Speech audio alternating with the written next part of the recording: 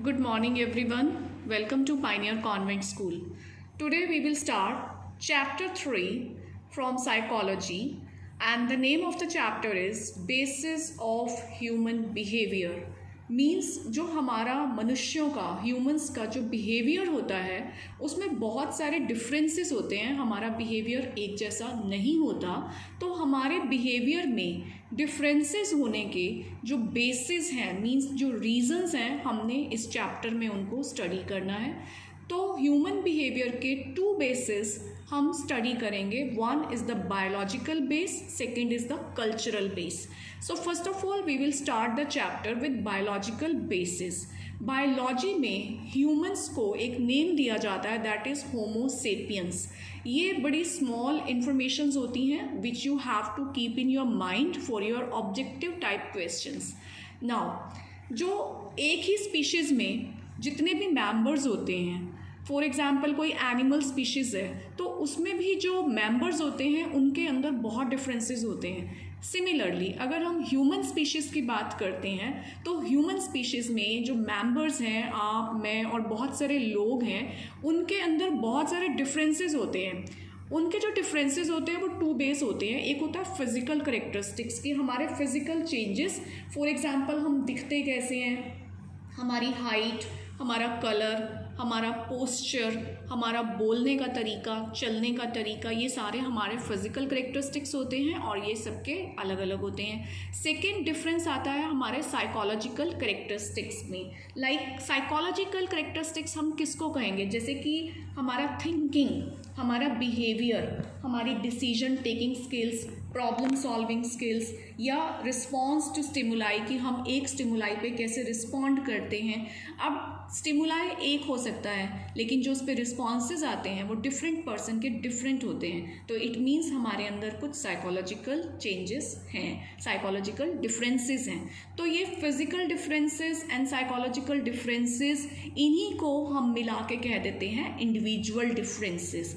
और ये individual differences ही base होता है ह्यूमन बिहेवियर के डिफरेंसेस का. क्योंकि हम इंडिविजुअली बहुत डिफरेंट हैं तो हमारा जो बिहेवियर है, जो रिस्पॉन्ड होगा, वो भी डिफरेंट होगा.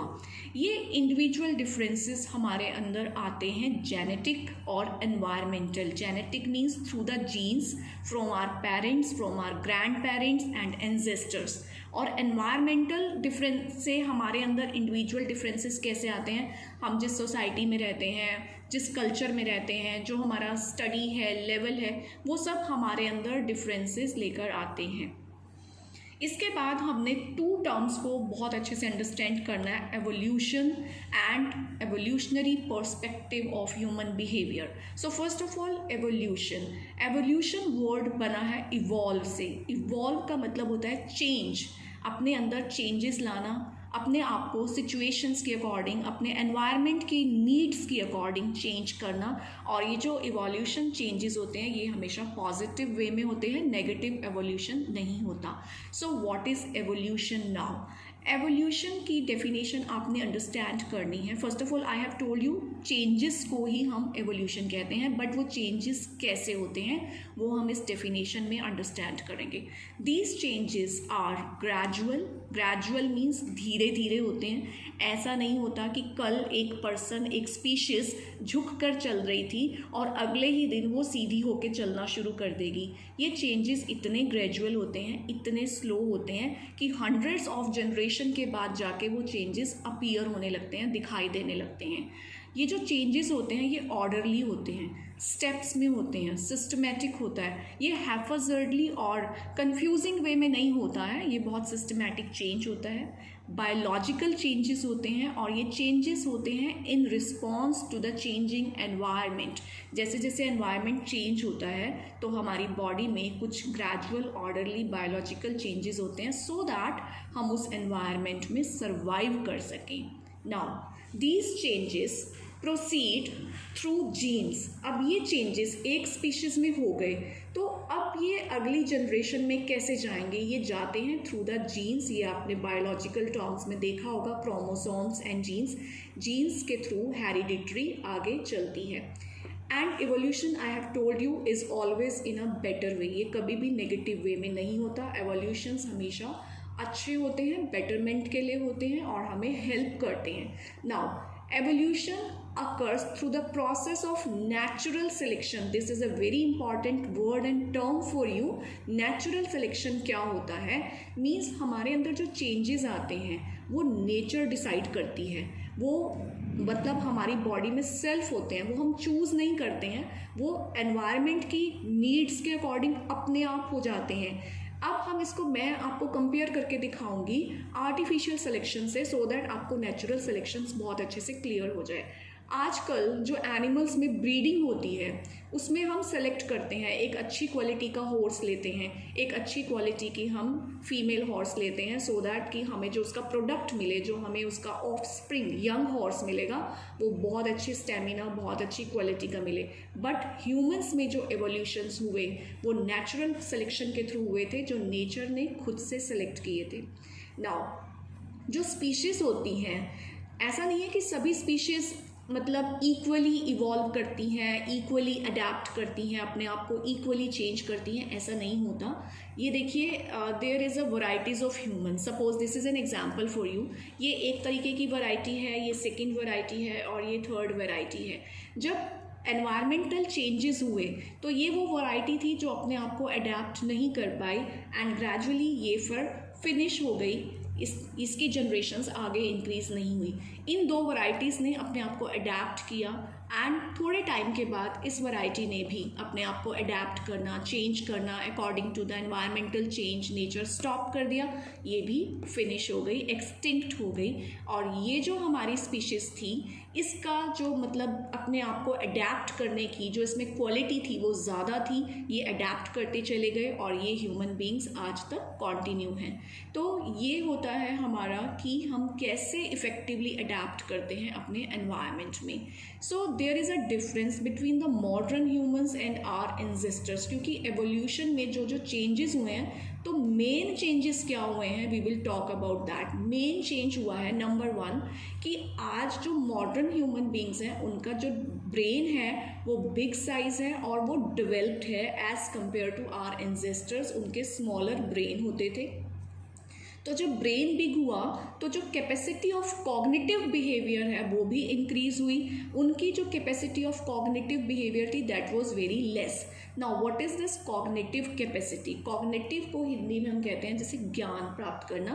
कॉग्निटिव बिहेवियर होता है learning, thinking, decision making power, problem solving power हमारे अंदर डेवलप होना, लैंग्वेज को अंडरस्टैंड करना, ये सारा हमारा कॉग्निटिव बिहेवियर है जिसकी कैपेसिटी मॉडर्न ह्यूमन बीइंग में एंसेस्टर्स से ज़्यादा है. एबिलिटी टू वॉक अपराइट, जैसे कि आपको पता है कि माना जाता है कि जो ह्यूमंस थे वो भी एक तरीके के एप थे. तो इसका मतलब ये नहीं है कि जो अभी हम एप्स अपने चारों ओर देखते हैं कि वो हम उनसे बिलोंग करते हैं. मैंने आपको ऑलरेडी बताया कि एक ही स्पीशीज़ में बहुत डिफरेंट तरीके के मेंबर्स होते हैं. तो हम एक तरीके के एप थे और जो एप थे जब हम, तो हमारी जो एबिलिटी थी वो वॉक अपराइट की नहीं थी. मीन्स हम सीधे खड़े होकर नहीं चलते थे. कैसे चलते थे? हमारे एंसेस्टर्स बेंट, झुक के चला करते थे. धीरे धीरे जो हमारे अंदर एवोल्यूशन हुआ, चेंज हुआ, वो यही हुआ कि हमारी ability to walk upright increase हुई और आज हम बिल्कुल सीधे चलते हैं.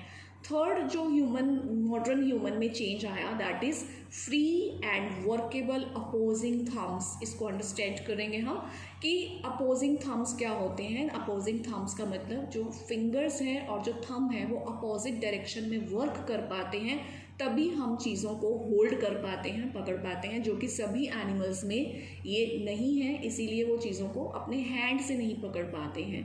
So these were the changes in the modern humans as compared to ancestors. So students, now we have studied the basis of human behavior, biological, cultural, homo sapiens, individual differences होते हैं genetic and environmental changes के साथ हम जाते हैं evolution पे. हमने evolve का मीनिंग सीखा. एवोल्यूशन की डेफिनेशन आपने माइंड में सेट करनी है. Gradual, orderly, biological changes in response to changing environment. और ये जो चेंजेस होते हैं अनदर जनरेशन में जाते हैं थ्रू द जीन्स. एवोल्यूशन हमेशा बेटर, पॉजिटिव होता है and through the process of natural selection होता है. एंड उसके बाद हमने स्टडी किया कि मॉडर्न ह्यूमंस में एंसेस्टर्स के कंपैरिजन में क्या क्या चेंजेस हुए हैं। इससे रिलेटेड एक ही इम्पॉर्टेंट क्वेश्चन आपने रेडी करना है, how does the evolutionary perspective explain the biological basis of behaviour. Like biological basis of behaviour में एवोल्यूशनरी पर्सपेक्टिव का क्या मीनिंग है और क्या कॉन्सेप्ट है, ये आपने अंडरस्टैंड करना है। इस पूरे क्वेश्चन को आपने 3 पार्ट्स में अंडरस्टैंड करना है। नंबर 1 आएगी एवोल्यूशन की डेफिनेशन, सेकेंड नंबर में आएंगे कि ये प्रोसेस की स्पीड क्या होती है, और थर्ड नंबर पे आपने लर्न करना है कि क्या क्या चेंजेस हमारे अंदर हुए हैं। सो इट्स वेरी इजी, और ये क्वेश्चन जनरली 4 नंबर में आ सकता है, और अगर इसको ब्रेक करके आपसे क्वेश्चन पुट किया जाए तो ये 1 मार्क और 2 मार्क्स में भी आ सकता है। अगर आप इस पूरे क्वेश्चन को अंडरस्टैंड कर लेते हैं तो आप इससे रिलेटेड, इस एवोल्यूशनरी पर्सपेक्टिव से रिलेटेड 1 to 4 मार्क के सारे क्वेश्चंस आप सॉल्व कर सकते हैं। Now you see the answer कि आपने इसको कैसे माइंड में सेट करना है। सबसे पहले एवोल्यूशन की definition. Evolution refers to gradual, मैं आपको एक्सप्लेन कर चुकी हूँ, slowly, orderly, systematic biological changes होते हैं, बॉडी में चेंजेस होते हैं that result in a species, जो एक स्पीशीज़ में रिजल्ट होते हैं, मीन्स आते हैं। कहाँ से आते हैं? From their preexisting forms, उनसे पहले वाली प्री एग्जिस्टिंग, जो हमसे पहले एग्जिस्ट करती थी, उन फॉर्म्स से ह्यूमन बॉडी में या स्पीशीज़ में आते हैं in response to their changing environment. जैसे जैसे एनवायरनमेंट चेंज होता है, उस एनवायरनमेंट के रिस्पॉन्स में हमारे प्री एग्जिस्टिंग फॉर्म से हमारे अंदर ये चेंजेस ऑर्डरली, ग्रेजुअली, बायोलॉजिकली आते हैं। You can learn this definition. ये 1 मार्क में भी आ जाती है और 4 मार्क में बिग क्वेश्चन भी आ जाता है। So physiological and biological changes that take place, जो होते हैं as a result of evolutionary processes, are so slow, ये इतने स्लो होते हैं दैट दे बिकम विजिबल, कि ये दिखाई देते हैं आफ्टर हंड्रेड्स ऑफ जनरेशन्स। ये भी मैंने आपको अपने नोट्स में एक्सप्लेन किया था। 3 important features of modern human beings already I have explained you. See one by one.